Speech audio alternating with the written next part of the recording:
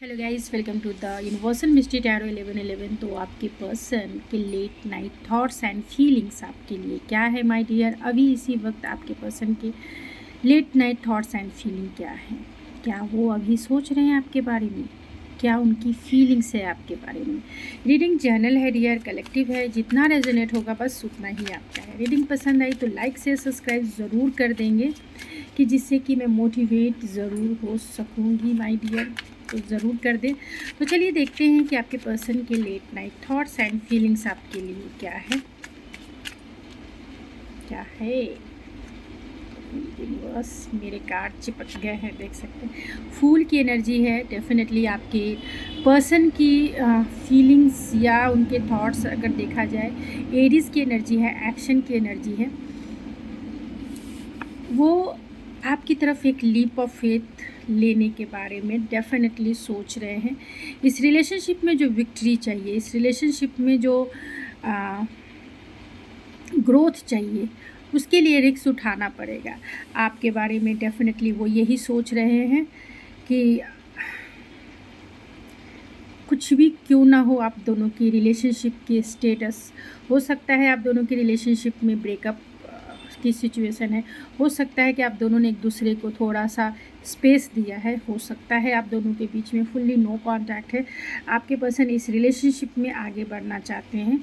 इस रिलेशनशिप में जो रिस्क उठाना है उस रिस्क को उठाना चाहते हैं, क्योंकि पहले ये समाज, सोसाइटी, परिवार से डरते थे रिस्क उठाने के लिए, कि वो रिस्क नहीं लेते थे क्योंकि आप दोनों के बीच में थर्ड पार्टी सिचुएशन, कहीं ना कहीं समाज, सोसाइटी, परिवार हो सकता है।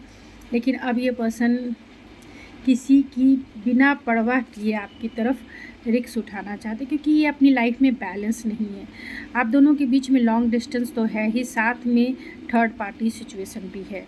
आपके पर्सन अभी भी जगलिंग कर रहे हैं दो सिचुएशन में, और रात भर इनके थॉट्स इनको बैलेंस करने की ही रहती है। ये जो जगलिंग है किसके बारे में है ये भी देख ही लेते हैं कि ये जगलिंग किसके लिए। ये जगलिंग आपके और अनदर सिचुएशन के प्रति है। आप जो इस रिलेशनशिप से लीव हो गए हैं, यानी कि आप मूव ऑन कर चुके हैं माय डियर, आप मूव ऑन किए हैं। अगर आपने नहीं किया है, इस पर्सन ने अगर मूव ऑन किया है, तो डेफिनेटली वो आज भी मूव ऑन नहीं हो पाए हैं। एक आप है और एक अनदर सिचुएशन भी मैं चेक कर लूँगी कि कौन ऐसी सिचुएशन है थर्ड पार्टी के रूप में, आपको पता चल ही गया होगा। सेकेंड सिचुएशन जो है जहाँ ये पर्सन जगलिंग कर रहे हैं, वो इनका मनी हो सकता है।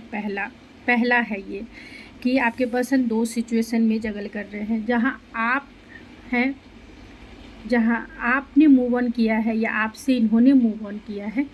दूसरा जो है इनकी रिस्पॉन्सिबिलिटीज़ हो सकती है, वो रिस्पॉन्सिबिलिटीज़ पैसों के प्रति भी हो सकती है, इनका काम हो सकता है, वर्क हो सकता है, या फिर ये इंसान मैरिड भी हो सकते हैं।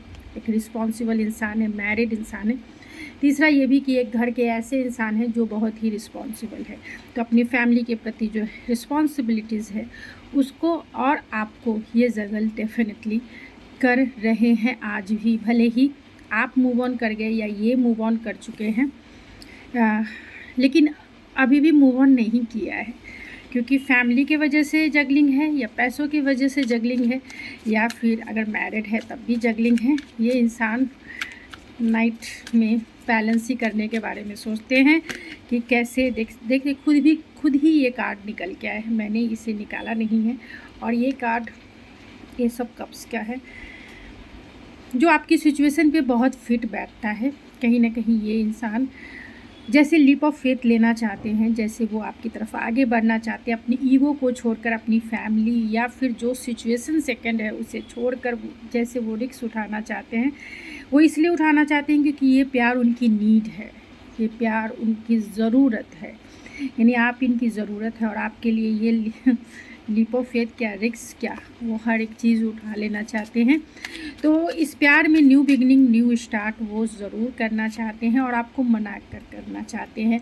आप इससे मूव ऑन हो गए हैं। इस प्यार में आपने इस कार्ड को क्लैरिफाई किया है। 8 ऑफ, अगर आप मूव ऑन हो गए हैं तो आपको ये मनाना ज़रूर चाहते हैं और मनाने के लिए आपकी तरफ आना चाहते हैं। अगर ये मूव ऑन हुए हैं तो ये डेफिनेटली ये आपकी तरफ आना चाहते हैं, क्योंकि ये आपकी वर्थ को समझते हैं माय डियर, समझते हैं और समझ चुके हैं कि आप इनकी नीड है, आप इनकी ज़रूरत है और आपके बिना ये एक पल भी ना चल सकते हैं ना रह सकते हैं। भले ही इन्होंने ही मूव ऑन किया हो, लेकिन ये नहीं रह सकते हैं। हो सकता है कि आप अपने स्पाउस के लिए ही इस रीडिंग को देख रहे हैं। अगर नहीं है तो डेफिनेटली आप इनके लिए मैरिज मटेरियल हैं, मैरिज करना चाहते हैं ये आपसे, क्योंकि आपके जैसा साथी मिलना, आपके जैसा पार्टनर मिलना इनके लिए नामुमकिन है माय डियर। ये बहुत ही पॉजिटिव है, बहुत ही ऑब्सेसिव हो रहे हैं आपके लिए। क्यों हो रहे, इस कार्ड को भी देख ही लेते, क्यों हो रहे हैं, ये क्यों है। ये 4 ऑफ पेंटिकल्स देख सकते हैं, क्वीन ऑफ सोर्स की एनर्जी इस कार्ड को क्लैरिफाई करती है। कहीं ना कहीं आपके जो पार्टनर हैं वो आपको लेकर पॉजिटिव है। कहीं ना कहीं वो मानते हैं कि आप जो हैं होल्ड बैक करके बैठ गई हैं, मतलब अपने इमोशंस को आप इनको दिखा नहीं रही हैं, बता नहीं रही हैं। आप बहुत ही कोल्ड हार्टेड हो गई हैं और अपनी एनर्जी को आपने पूरी तरह से होल्ड करके रखा है। या ये इंसान आपसे डरते हैं माय डियर, डेफिनेटली डरते हैं और वो रिजेक्शन से डरते हैं, इसीलिए ये आपको कॉल मैसेज अब तक नहीं कर रहे थे। फिर भी मैं एक कार्ड और लेना चाहूँगी जिससे कि ये पता चले कि ये किस लिए पॉजिटिव हो रहे हैं। तो वो वैंस की एनर्जी है, लॉन्ग डिस्टेंस कनेक्शन है my dear, third party situation है जहाँ ये पर्सन होल्ड बैक करके बैठे हुए हैं, ना आपको छोड़ रहे हैं ना अनदर सिचुएशन को छोड़ रहे हैं। आप भले ही आपका बिहेवियर इनकी तरफ कैसा भी क्यों ना है, ये इन्होंने आज भी आपको पकड़ के रखा है। ये चाहते हैं रिकन्सिलेशन करना, ये चाहते हैं आपको बचा के रखना, ये चाहते हैं आपको दिल में छिपा के रखना, क्योंकि एक तो लॉन्ग डिस्टेंस कनेक्शन है, दूसरा आपका गुस्सा और तीसरा यहाँ थर्ड पार्टी सिचुएशन। आप दोनों के बीच में अच्छी फ्रेंडशिप हो सकती है। आप दोनों के बीच में जो भी सिचुएशन है, ये इंसान बेचैन है आपसे बातें करने को, बातें करना चाहते हैं, आपसे मिलना चाहते हैं, आपकी तरफ आना ज़रूर चाहते हैं। इस कार्ड को भी क्लैरिफाई कर ही लेते हैं कि आखिर वो क्या बातें करना चाहते हैं, क्या बातें करना चाहते हैं। देखते हैं क्या बातें करना चाहते हैं, मुझे भी उत्सुकता। देखिए वो क्या बातें करना चाहते हैं। वो आपसे मैरिज की बातें कर सकते हैं, वो आपसे फुलफिलमेंट की बातें कर सकते हैं, वो आपसे मतलब ऐसी एनर्जी है जहां आप दोनों एक दूसरे में समा जाएं, एक दूसरे में खो जाएं, वैसी बातें करना चाहते हैं। और भी देखते हैं कि वो आपसे कैसी बातें, वो मैरिज की बातें कर सकते हैं, कमिटमेंट की बातें कर सकते हैं, जॉय की बातें कर सकते हैं, घूमने की बातें कर सकते हैं। और यहाँ 4 ऑफ वैंस, तो कमिटमेंट तो ज़रूर आएगा माय डियर। कमिटमेंट बहुत सारे लोगों के लिए आने वाला है। वो रिकन्सिलेशन की बातें डेफिनेटली आएगा। आप इस रीडिंग को जो इक्वल गिव एंड टेक इस रिलेशनशिप में नहीं हुआ है, उस रिलेशनशिप में इक्वल गिव एंड टेक करना चाहते हैं। इस रिलेशनशिप की जो बैलेंस है ना, उसे वो बना के रखना चाहते हैं। इस रिलेशनशिप में जो बैलेंस की कमी रही है, जो बेस की कमी रही है, उस बेस को फिर से वो रीजनरेट करना चाहते हैं और वही बातें आपसे वो करना चाहते हैं। और करने के लिए जो रिस्क उठाना है इस रिलेशनशिप में, वो रिस्क ज़रूर उठाएंगे और सभी को छोड़कर रिस्क उठाएंगे, क्योंकि आज भी ये इंसान जो है ना आपसे मूव ऑन नहीं कर पाए हैं, आज भी ये इंसान आपको छोड़ नहीं पाए हैं।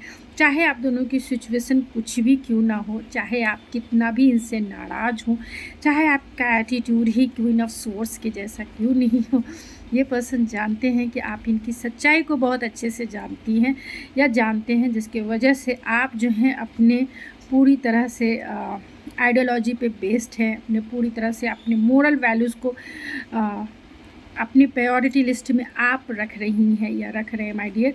और इस चीज़ को ये इंसान बहुत अच्छे से समझते हैं, इसीलिए ये आपकी तरफ आना चाहते हैं, क्योंकि उनको लगता है कि आप जो अपना स्टैंड ले रहे हैं वो सही है।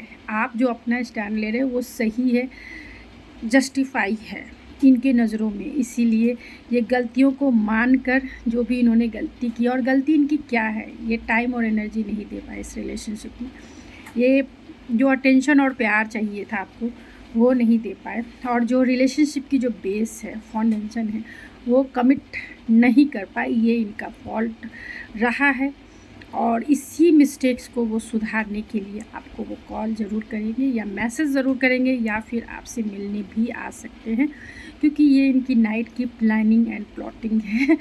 तो आपके पसंद टॉरस, वर्गो, कैप्रिकॉर्न या एरीज, लियो, सेजिटेरियस हो सकते हैं। कुछ लोगों के लिए cancer, Pisces, Scorpio and Gemini, Libra, Aquarius हो सकते हैं। Thank you so much.